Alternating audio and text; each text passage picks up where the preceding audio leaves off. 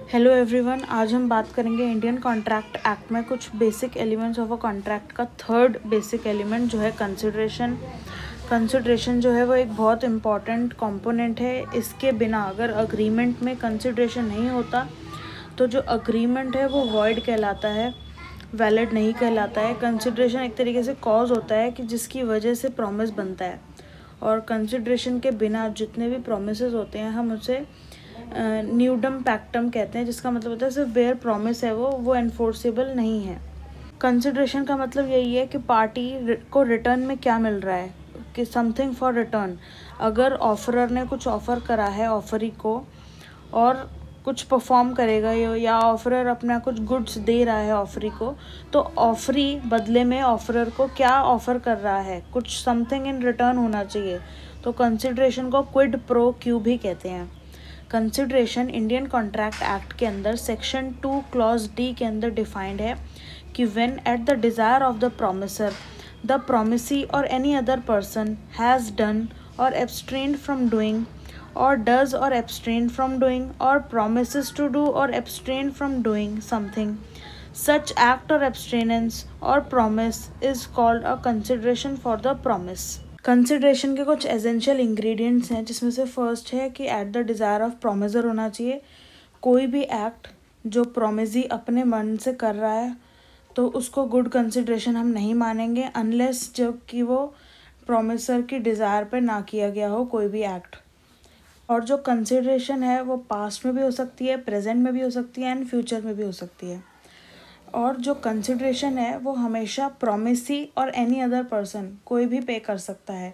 Indian law के अंदर ऐसा कुछ नहीं है कि कंसिडरेशन सिर्फ प्रोमिसी को ही पे करना है, बट इंग्लिश लॉ के अंदर ऐसा स्पेसिफिक एक लॉ बना हुआ है कि वहाँ पर प्रिविटी ऑफ कंसिडरेशन है कि जो भी स्ट्रेंजर है वो कंसिडरेशन नहीं देगा प्रोमिसर को।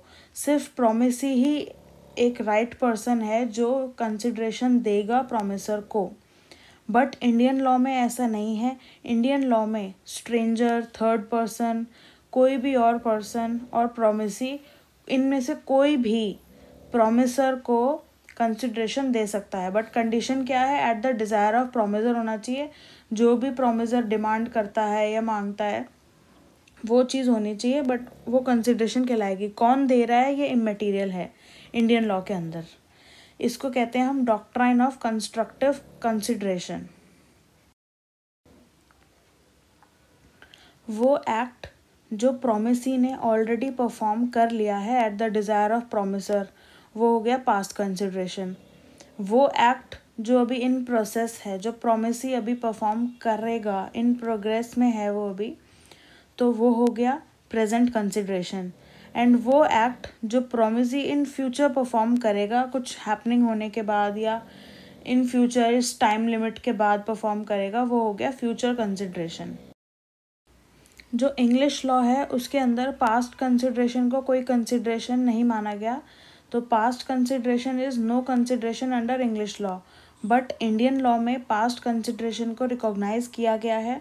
पास्ट कंसिडरेशन सिर्फ ये है कि आपने कंसिडरेशन पहले ही पे कर दिया, बट आप प्रॉमिस कंसिडरेशन देने के बाद कर रहे हो, तो वो हो गया पास्ट कंसिडरेशन।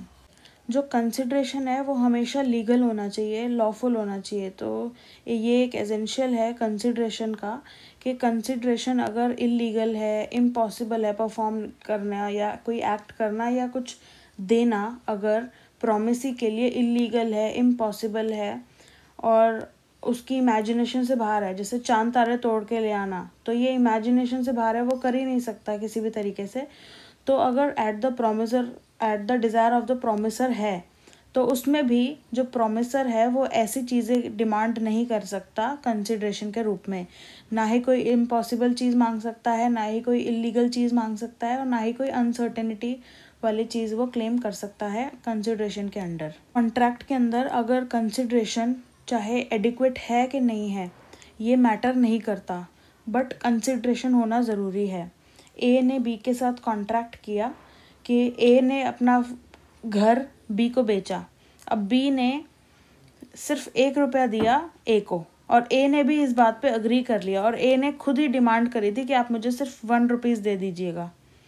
तो इस केस के अंदर ठीक है कंसिड्रेशन इनएडिक्वेट है, क्योंकि एक घर की कीमत बहुत बड़ा 100 गज का घर था, तो वो बहुत बड़ा कम अमाउंट है, वो 1 रुपीज़ जो बी ने पे करा ए को। बट अगर प्रोमिसर की कंसेंट है और कंसेंट फ्री है और प्रोमिसर की डिज़ायर भी है, तो ये इनएडिक्वेट कंसिड्रेशन का कोई कॉन्सेप्ट नहीं है, और इनएडिक्वेट कंसिड्रेशन के होने के नाते आप उस कॉन्ट्रैक्ट को वॉइड डिक्लेयर नहीं करा सकते, तो वो कॉन्ट्रैक्ट वैलिड माना जाएगा। थर्ड है कि कोई भी कंसिड्रेशन तब नहीं मानी जाएगी अगर वो पर्सन ऑलरेडी ही बाउंड हो, कोई उसकी एग्जिस्टिंग ड्यूटी हो उस एक्ट को परफॉर्म करने की। प्रॉमिसर अगर कुछ डिमांड कर रहा है प्रॉमिसी से या कोई एक्ट करने के लिए कह रहा है और प्रॉमिसी ऑलरेडी उस एक्ट का करने के लिए वो बाउंड है, लीगली बाउंड है कि उसे वो एक्ट करना ही है, तो इस केस के अंदर ये एक वैलिड कंसिड्रेशन नहीं मानी जाएगी, क्योंकि वो eight the desire of the promiser नहीं कर रहा, वो तो अदरवाइज ही बाउंड है। अगर प्रॉमिसर प्रॉमिसी को ये एक्ट करने के लिए नहीं कहता तब भी वो अदरवाइज भी वो एक्ट करता ही, तब भी अदरवाइज वो प्रॉमिसी जो है वो उस एक्ट को परफॉर्म करता है, क्योंकि वो ऑलरेडी लीगली बाउंड है, उसकी कोई एग्जिस्टिंग ड्यूटी है उस एक्ट को परफॉर्म करने की। तो ऐसा नहीं होना चाहिए कि प्रॉमिसी लीगली बाउंड हो कुछ किसी एक्ट को परफॉर्म करने के लिए और वही वो कंसिड्रेशन में दे रहा है प्रॉमिसर को, ऐसा नहीं होना चाहिए। तो वो एक वैलिड कंसिड्रेशन और गुड कंसिड्रेशन नहीं कहलाएगा। ये एक जनरल रूल है कि अगर कंसिड्रेशन नहीं होगी तो कॉन्ट्रैक्ट जो है वो वॉइड माना जाएगा, और कंसिड्रेशन जो है वो एक बहुत इंपॉर्टेंट और एसेंशियल इंग्रेडिएंट है कि उसी से कॉन्ट्रैक्ट बनता है। ये एक तरीके से कॉज माना जाता है कि जिससे कॉन्ट्रैक्ट बनता है। बट इसके में भी कुछ एक्सेप्शंस हैं जो इंडियन लॉ ने रिकॉग्नाइज करे हैं, जो कि section 25 of Indian contract act के अंदर दिए हुए हैं। फर्स्ट है, अगर कोई person natural love and affection में अपनी कोई प्रॉपर्टी किसी और को देता है और उसमें वो कोई कंसिड्रेशन नहीं लेता, उससे जिसको वो प्रॉपर्टी दे रहा है उससे वो कोई कंसिड्रेशन नहीं लेता, कोई नियर रिलेटिव है और ब्लड रिलेशन है या मैरिज में दे रहा है वो, और बहुत लव एंड अफेक्शन है उन दोनों में आपस में, तो अगर ये है ऐसा रिलेशन उनका, तो उस केस में अगर कंसिड्रेशन नहीं भी है तब भी वो कॉन्ट्रैक्ट वैलिड माना जाएगा।